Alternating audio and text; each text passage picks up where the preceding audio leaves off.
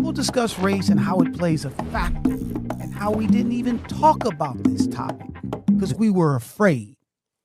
A Black Executive Perspective. Welcome to a Black Executive Perspective podcast, safe space where we discuss all matters regarding race, culture, and definitely those uncomfortable topics people tend to avoid. I'm your host, Tony Tidbit.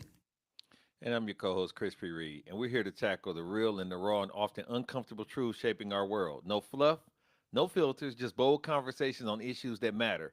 From power to politics, culture to corporate America, we're breaking it all down live with you without holding anything back. So let's get into it. Buddy, let's get into it. Look, man, I know you're down in Dallas, right? And I'm in Connecticut. And I'm pretty sure your television worked. Last, what was it, Thursday, Friday? When did Putin and Trump meet? Was it last Thursday, Friday? What day was that? Yeah, I think. Wasn't a meeting, right? Wasn't a meeting, right? So I want to get your thoughts on that, right? Because obviously that was the big thing. I mean, look, there's 1,000 other things that's going on, but that was the big thing last week. And I have some serious thoughts about it, right? But I love to hear you. Why don't you kick us off and tell us what you think? So my thought is, I am considering the level of distraction, purposeful distraction, that is being elicited by this administration. And one of the things that you hear from the MAGAs and the conservative folks, the rights, is that we were supposed to be laser focusing on making America great again, America first.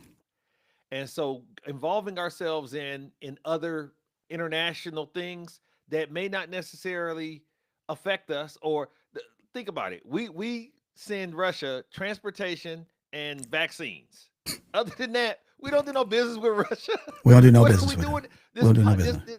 We don't do no business. So We do no the business. idea of just wanting to be in photo ops with a dictator is all that this is really boiling down to. It's a fanboy move. And so my thing is, we have so much going on here on American soil domestically that the people are clamoring for. And we're not going to, adjudicate that on this episode. But the fact is, this was a nothing burger.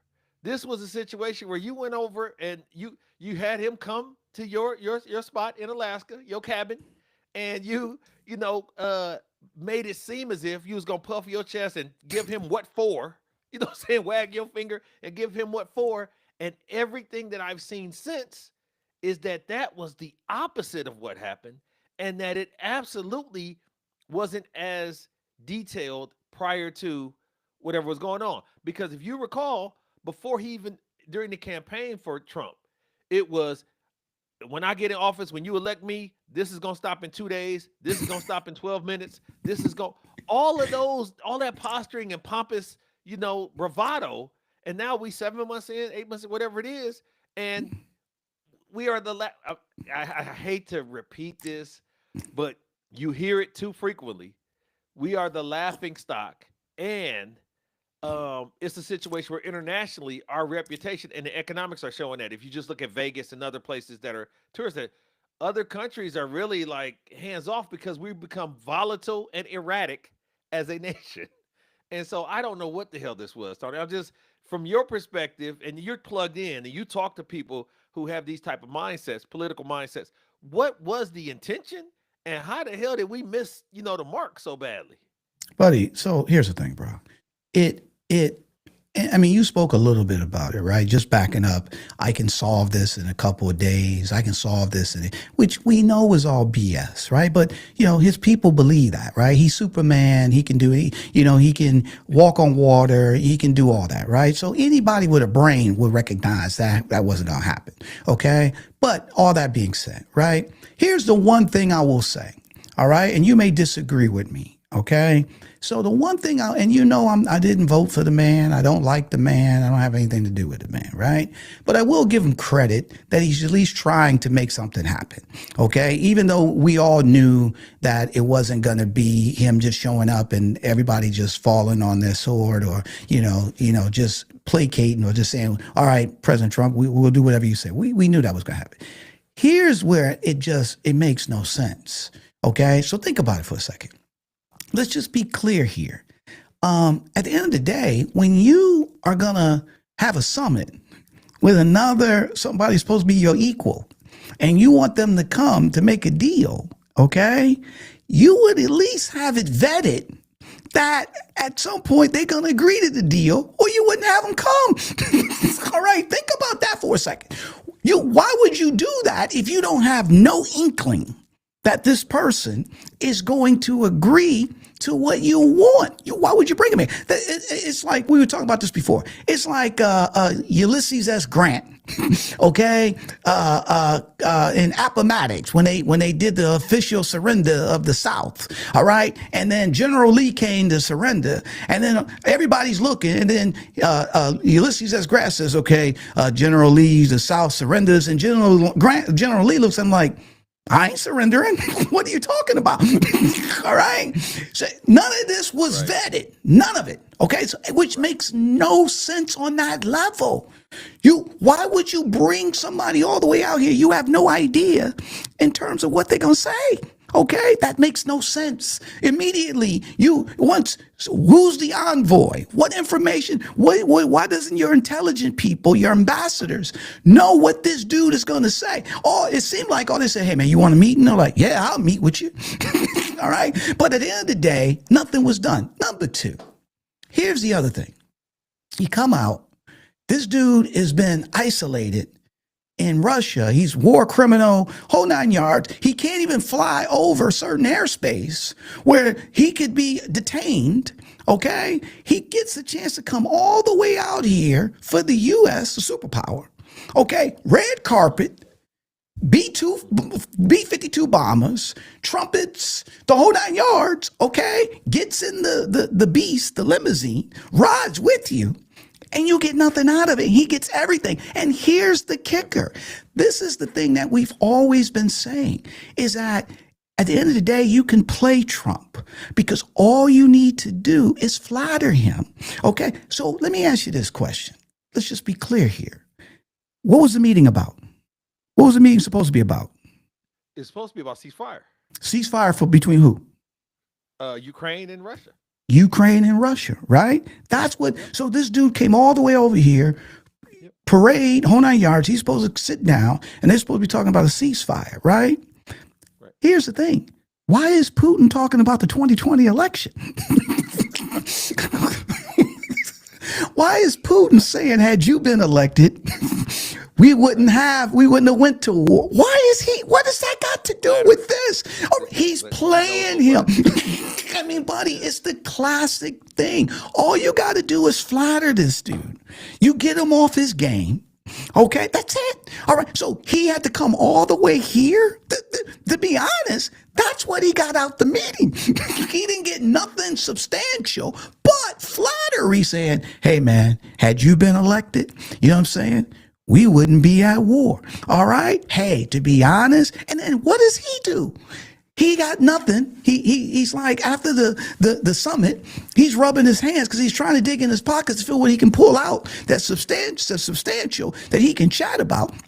He got nothing. He gives Fox News the exclusive right after the summit. So Fox News was the only platform that his boy Hannity, the only platform, sit down, he gave it to him.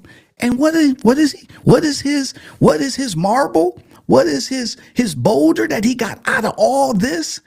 What does he say on Fox News? Hey, Putin said, had I been elected back in 2020, there wouldn't have been a world. What are you talking about? Why are you even bringing that 5 years ago? That's important today. So if that's the most you got out of this, you're kidding me here. You kid, and it's a laughing stock because you do not bring a leader across the globe on a big issue like this without having no clue that they're going to agree or disagree. If you're going to disagree, don't come. We don't need that. What is that doing? It does nothing. Okay. So, and nobody will call him out on this. His supporters, at least he tried. And I'll give him, okay, you tried. Okay, I get it. But what type of, look, in the military, one of the things you do is you do recon. Okay, so before you take a hill or before we're going to attack, we're sending our spies. We're looking at the terrain. We're seeing how many soldiers they got, how many this and that, how many before you even do it. Before you do it, and if the situation is not ideal, then you call off the attack. All right, because we ain't got enough people, we ain't got this, we need that. You don't do it, right? That's just basic 101. So how do you bring over the president of Russia and have no clue what the dude is gonna say? And then he comes over. Somebody was telling me this the other day, had me dying laughing. They were like, he did like, a Godfather 2 when they were Michael was in Vegas and he was talking to the senator, and the senator was the crooked senator, and was like, don't you ever connect with me again, you go through Turnbull, right? Because he said, I want 200K. He said, I'm here to squeeze you, I want 200K, blah blah blah, right? And so don't connect me again, you tell Turnbull. And then Michael said, Senator, you can have my answer now. All right. And the senator started buttoning his head. Okay, yeah, what is it? And Michael says, my answer is nothing. Nothing. Okay. And I'll appreciate if you put up the gaming fee. All right. So that's like Putin came. They was like, hey, Trump is going off. B-52 bombers flying over, red carpet rolled out. He gets into the beast. He's like, look at the footage. He's smiling like a kid who just got to go to Disney World, right? He's got everything he wants. They get to the table and they say, okay, we want to ceasefire. And he said, I can give you my answer right now. Nothing. All right. And by the way, I want you guys to fill up my jet for free so I can go back to Russia. Okay. Buddy, it makes it, you brought a dude all the way out there for that. That could have been done in an email. Look, when President, was it Jimmy Carter? Was it Egypt and Israel? I think it was Egypt and Israel, where he brought those two countries together. They did a peace deal. Okay. And the famous picture is Carter in the middle. I think it was it Menachem Begin? And who was the president of Egypt at that time? This famous dude. I can't remember his name. And then Carter brings their hands together and they all shake. They got this peace deal, right? So my point is, before you even go there, you know that everybody's on the same page. You don't get out there. President Carter didn't get out there and say, you guys good? I ain't doing this. That makes no sense. So that's the part that it makes no sense to me. And there's not buddy, the I's and the T's, there's no details to this stuff. Okay. And at the end of the day, the same game plan that Putin or anybody can use. You flatter this dude. That's all Trump got out of this was flattery. Okay. And that's the only substance that he's got after flying the president of Russia all the way here to try to negotiate a ceasefire that he said, let's be fair too. And I'm gonna let you jump in. He said, if I don't get this ceasefire, we're going to put sanctions, harder sanctions, blah, blah, blah, blah, blah, blah. Didn't get the ceasefire. And where are the sanctions? But let me ask you this. Do you believe that if Putin had told them ahead of time, let's just say Putin lied, okay? For the sake of this conversation, Putin told them, yeah, I'm going to do this, I'm going to do that, and then punked them on the back end and was like, you know what? Yeah, I said that, but on the ride over here, I changed my mind. Would they be forward enough or candid enough to say we had things in place? Would they throw that out there for the people to understand, hey, we had this, but then he, went left on us, and now we have to figure out something. But they didn't say that. They made it seem as if everything was everything, and, whatever the case would be. And let me tell you the danger in this situation, like the real danger. You are a high-ranking official in the family. And so the family has a problem. And in this analogy, the family is the world, okay? They have a problem. Well, other people have intention on intervening and alleviating the problem, but they hear Tony is going to be meeting with one of the problem solvers, and Tony is saying, I'm good. They're going to dial back. They're going to change their course of action. They're going to limit their interaction with it because they've been told the United States and Trump have given us the assurance that he's going to figure this out. So if I was going to be sending aid to Ukraine or whatever the case may be, I'm going to hold back on that until. You get what I'm saying?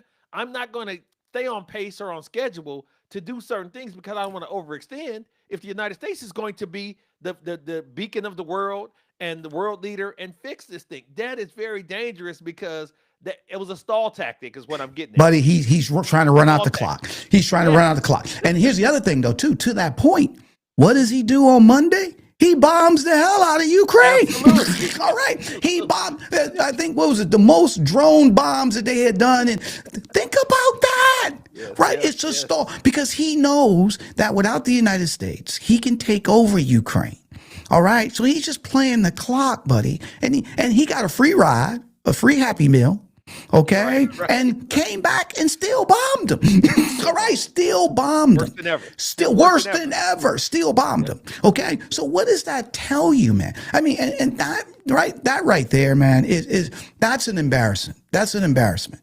Okay, now you can try to spin it all. I mean, and I'm not you. I'm just saying they can try to spin it all the way they want to spin it. But let's let me answer your question though too. This is what I think. If Putin said hey, I'm willing to do this, and he changed his mind, they would throw that out. They would have been said that because they would at least say, hey, this is why we did what we did because he had in good faith. They would have definitely said that, right? They didn't have that. Scared not to be. No. I think there's a fear not to be No. met as his friend. No. Because he's as petty as Trump is. But here's the thing, though. poisons Everybody knows the dude is a liar. Everybody knows any deal. That's why Ukraine wants, defense guarantees, security guarantees, right? Because you can write this dude will invade them tomorrow. Okay, so they know that. So they would that's an easy thing to say. And then people would be like, okay, at least you thought you had a deal. And then he was supposed to come and sign the deal. And then he changed his mind. That ain't your fault. Buddy, they would have been able to eat that up all day long. Okay, to be fair. They didn't even have that. So this is my point here. They didn't vet it. It wasn't vetted. How you going to let somebody come on your turf? Think about it. They didn't meet in Denmark where, we both burning up gas and we both coming and we're going to try to hammer something out. And if it don't hammer it out, okay, fine. But we bring him here. Okay, he come here and we throw everything out there, right? Everything, right? And we're expecting, and the dude just looks at you and doesn't give you nothing, and he gets everything he wants and then flies off. Okay, and then you're sitting back trying to spin some stuff to the media and the country. It makes no sense, man. And it's just not the way you do business. Well, the president. And hold on, and he's a businessman. He's supposed. See, here's the thing, bro. He's He's so a bad think about that for a businessman. second. Think about it. Well, look, but this exactly. This is my point. Why would you? That makes no sense. So in other words, I wanted somebody to buy this casino. Okay, and we think we got a deal. I mean, and blah, blah, blah. I'm going to fly you all the way out here, all right, without having no inkling that you interested in buying and selling the casino or whatever. That makes no sense. You would figure that out before you even did that. You'll be like, that's a waste of my money. That's a waste of my time. I don't get what we got here to sit and talk about. Okay, either you in or you out. All right, and so come on, man. That's just common sense here. You're not gonna now if you're doing this with your neighbor. You may say, hey, Joe, come over. And then you might try to see if you can change his mind or give him some facts for him to make a decision. Okay, that's fair. All right. But a government buddy, I'm sorry. It don't work that way. All right. It does. And if it did, go ahead. As a businessman, Trump is the foremost bankruptcy expert and has been convicted and proven to be fraudulent in business practices. So from a business perspective, I don't even want to give him the term businessman because that's disrespect for the real businessman. But what I'll say is this: the Ukraine president and the people of Ukraine has said on numerous occasions, stop talking about me without me. Stop talking on my back. I don't need you to speak for me without me being there. Stop doing that and saying you're doing this for me. Like, you can't make decisions. You're not the president of us as well. Right. And unfortunately, he could care less about what they say. You can't keep doing that, man. And to your point, that's an excellent point, right? So you're supposed to be negotiating on behalf of somebody else. Well, hold on, America first. Okay. America first. But Hold on. Not only that, you're supposed to be, buddy, Chris, I got you, man. You ain't got to come. I got you. I got your back, right? And you sit back and say, okay, Tone's got this. He's going to make it happen. And then next thing you know, All of a sudden, I'm negotiating your behalf, and my man looks at me and says, "You want my answer now? It's nothing." All right, and then you looking at me like, "Tone, why? I thought you said you had this." And I get bombed on Monday. And then you get bombed on All Monday. of that you did. Yes. Buddy, and you get bombed on Monday. So you looking at me sideways, right? All right, Almost my like whole, you had something to do with buddy, it. my I'm whole, suspicious. your whole, thank you. You're like, this is a double cross, right? You're like, my whole country sitting on their hands and knees. Talking about Tone got us. He gonna make it work for us. And then later that night, their air raid sound. What had happened? What happened? I'm calling you like Buddy. the bat phone is ringing. The red phone is ringing off the hook. What had it's happened, so, though? it's so funny. Oh man. That's the sad part, man. That's tough. That's tough on them people. Buddy, it's tough. Hold on one second, because somebody just texted me. Hold on. Somebody just said, "You guys, I love what you guys are saying." But that makes no shit. That makes no sense right now, bro. Think about it. That is an excellent point. You negotiate on somebody else's behalf, you don't get nowhere, and then they bomb you. You literally hustling in reverse. Buddy, and they bomb you. They bomb you. They bomb you. Okay. And so it reminds me, you ever see Hollywood Shuffle? Yes. Okay, you probably don't remember this scene, but it was Robert Townsend. He's playing this detective, right? And he's going around this gang, and he says, "Man," he said, he asked the gang members, he said, Cookie Head Jenkins?" And one of the gang members says, "Is he a friend of yours?" And he said, "Yeah, you can call me a friend." My man said, "Smack."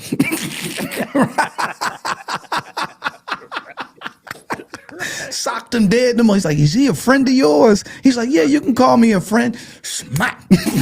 All right. So there you go here, right? This dude's supposed to be negotiating for you, and he does nothing, and then you get socked. You see what I'm saying? You get socked. So I'm just telling you, bro, it just drove me crazy to see. And more importantly, I just don't, I don't, and then now they're trying to spin it. Okay. And now they want to do a trilateral meeting and get them together. All Putin, look, man, if you wanted peace, if he really wanted peace, he would have came to the game and said, "Hey, I'm willing to do, let's get this together." He may ask for everything, but yeah, let's stop. I want to get, this dude don't want no peace, man. And he's holding all the cards. Okay. So he has all the leverage.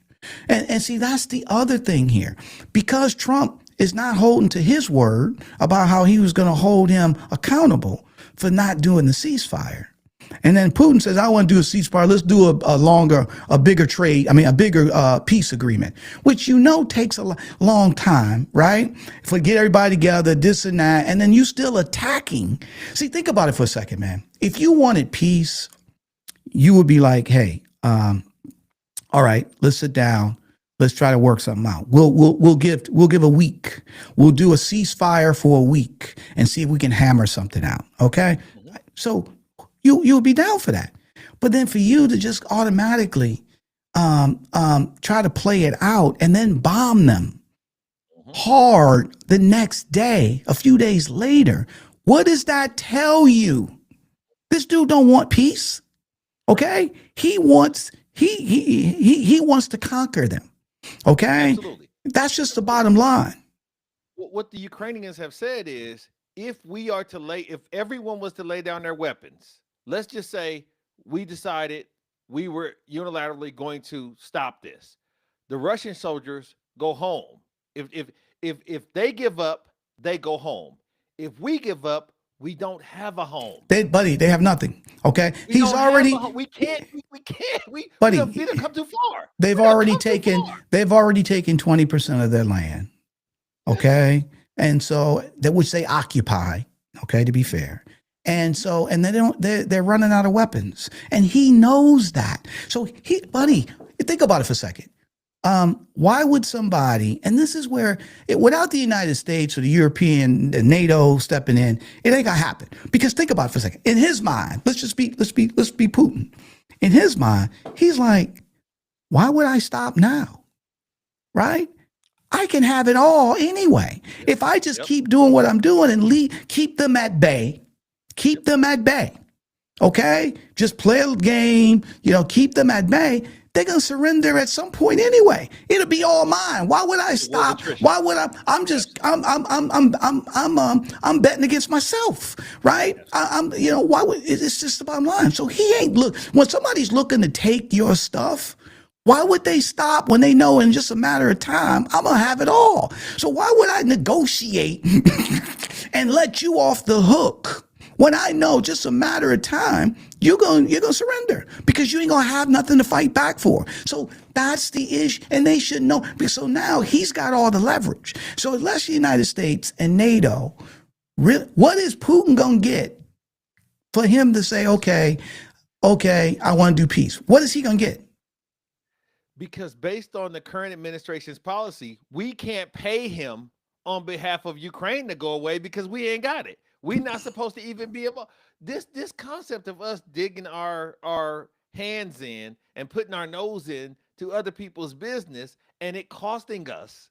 We talk about this is the whole thing about the tariffs. We paying this and we getting fleeced by this and fleeced by that. Well, this type of stuff is fleecing us. This type of nosiness is fleecing us just in another realm of finance.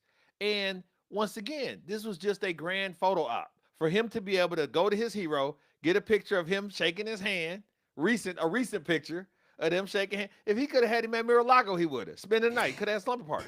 But I think though the motivation is for him to win be nominated for a Nobel Peace Prize, right? Okay. All right. I'm just telling you what I think, right? So let me go through the motions. Because buddy, what does this dude gonna give up for him to? He feels that he's going to conquer them, right? Think about why. What was that? What was my man? Who used to be the UK? Not Chamberlain. Who was it? Winston Churchill. Okay. Yeah. And he said, what did he say? And I'm probably not going to say it right, but he said something like, I think it was something like, once the tiger has you in the mouth, he's not giving that up. All right, you're in the tiger's mouth. What was that? I'm gonna look it up real fast. What was that thing that he said? And it's so true though, man. And so at the end of the day,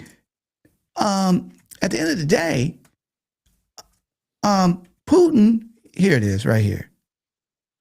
He famously said, you cannot negotiate with a tiger while your head is in his mouth. You see what I'm saying?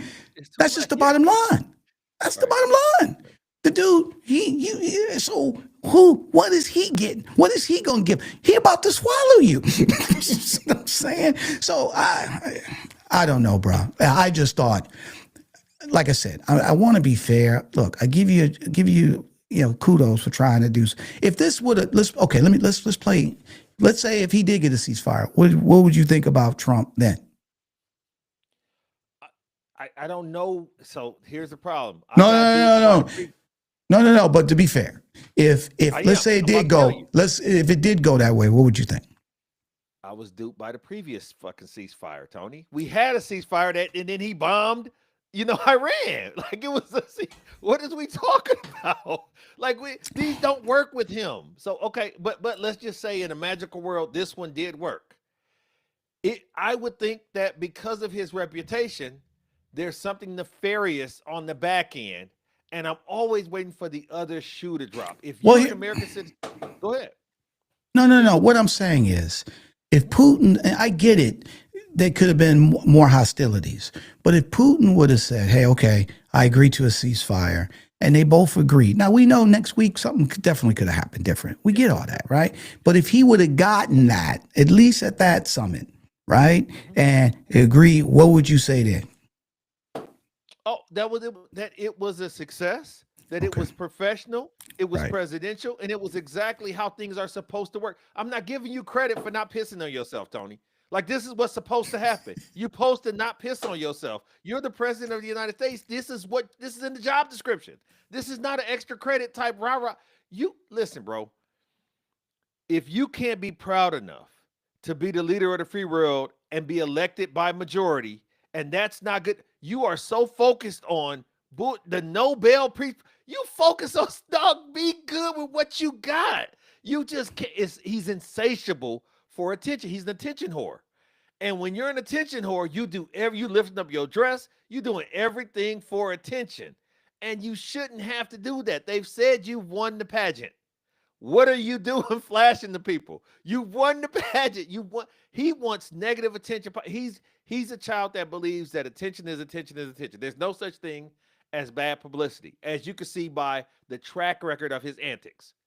The whether it be the tax evasion, the felonies, he likes to be in the news cycle. And unfortunately, there's a diminishing return when you have someone with the stakes being that high wanting for attention to be the paramount reason why they do things. Not for function, not for results, not for the greater good of the Commonwealth, but attention. I'm going to make this a martial law city in DC for attention. I'm going to put people in California because I can. Not because it's right, not because it's required, not because it's asked for, just because I can. I just do what the hell I want to do. Dog, that's gotta, it's horrible. It's expensive. It's expensive for somebody that ran on the budget and ran on the economy. This is frivolous dollars being spent, giving Putin green M&Ms and filling up his plane. That costs money, right? Like he had a rider. You know what I'm saying? That stuff costs money, but we're not talking about that when we had these conversations about. We're talking about cutting jobs that are required. We're talking about cutting programs like Social Security. We're talking about Medicare. We focusing on the wrong money. Like this money matters as well. And sending money to other places, I understand if we're defending democracy as a construct, but we're losing democracy internally. And that's oxymoronic to try to defend democracy globally while we're being charged with losing our grasp on democracy here. He's being charged as a fascist, a dictator, a totalitarian leader. All of a sudden, we got to sweep our own porch. And I don't want to sound like an America first person, but damn, this is outrageous what we're doing here. And I'll say this just to kind of encapsulate what I was thinking. It's dangerous to have people who look up to this country and believe in us and depend on us, and then we play these games and fail the Ukrainian citizens and fail the citizens in Gaza. We're failing people left and right and just going. These are a half-ass attempt is not an attempt. So I get you giving him credit, but it was a half-ass attempt at best. So he's only going to get partial credit. Yeah, I hear you, buddy. That's fair. That's fair. Well, look, buddy, let's end it right there because we can be all night talking about my man and stuff. But we'll dive into what's going on next week in terms of some stuff. I only can talk about this dude for so long. Right before I get a bad taste of my. It's always going to be something. It's always going to be something, man. It's always going to be something. So listen, we appreciate you guys checking us out today. Don't forget to check out the next Need to Know with Dr. Nasinga Burton, where Dr. Burton dives into the most timely and crucial topics that you need to stay aware of. She brings it every Thursday here on the Black Executive Perspective podcast. So don't forget to check out this Thursday, Need to Know with Dr. Nasinga Burton. Be on the lookout for Pull Up, Speak Up. This is a roundtable discussion where various intellects and opinions are passionately discussed on this platform. And we love the hard-hitting topics where every voice counts and every perspective sparks change. You just want to tune in and check out the previous episodes and look forward to the next episode of Pull Up, Speak Up. Absolutely. And look, if this is your first time checking out the Black Executive Perspective podcast, this is a time where we have a mission, we have a goal, and our goal is to eliminate all forms of discrimination. And the way we are asking everyone to do that is by our acronym called LESS, LESS. Chris, kick it off with L, buddy. So L is for learn. Educate yourself on racial, cultural, societal, global nuances. So you're plugged in so that way your opinion is facilitated by facts, not just simple things that you're hearing from sources that don't matter. Absolutely. And then after you learn, you have the letter E, which stands for empathy. Now, since you've learned, now, since you've become more enlightened, now you should be more empathetic to your fellow colleagues and friends and human beings, because now you can put yourself in their shoes. The first S is for share. Share your insight, enlighten others. And this platform is perfect for this when we go live because you can come in and share your perspective via the comments because we don't know it all. We know what we know, but we'd love to invite you to help enlighten us, help us learn, and help us empathize by sharing with us your side of it, your view of it. And that's the best way we can all get better collectively. Absolutely. And then the final S is stop. You want to stop discrimination as it walks in your path. So if Aunt Jenny or Uncle Joe says something that's inappropriate at the Sunday dinner table, Friday dinner table, Thursday dinner table, and when you guys go out to eat, you say, Aunt Jenny, Uncle Joe, we don't believe that. We don't say that. And you stop it right there. So if everyone can incorporate less, and this is something that's in everyone's control, if we can all incorporate less, LESS, we'll build a more fairer, a more understanding world. And guess what, guys? We won't have to complain because we'll all see the change that we want to see because less will become more. Thank you for tuning in to this episode. Make sure you tune into future live episodes. Make sure you tune into a Black Executive Perspective podcast episodes that come out weekly. We want to make sure that you hit that notification button so you can be notified when this is coming up and look forward to it. But go to the website, sign up for the newsletter, leave us a review and tell us things that you might want to hear about, things that you might want to be spotlighted on this platform and other platforms that we have. But make sure you subscribe. And where can they do this, Tony? My friend, you can find the Black Executive Perspective podcast on YouTube, Apple, and Spotify, or wherever you get your podcasts. And you can follow us on our social channels of LinkedIn, X, YouTube, TikTok, Facebook, and Instagram at a Black Exec.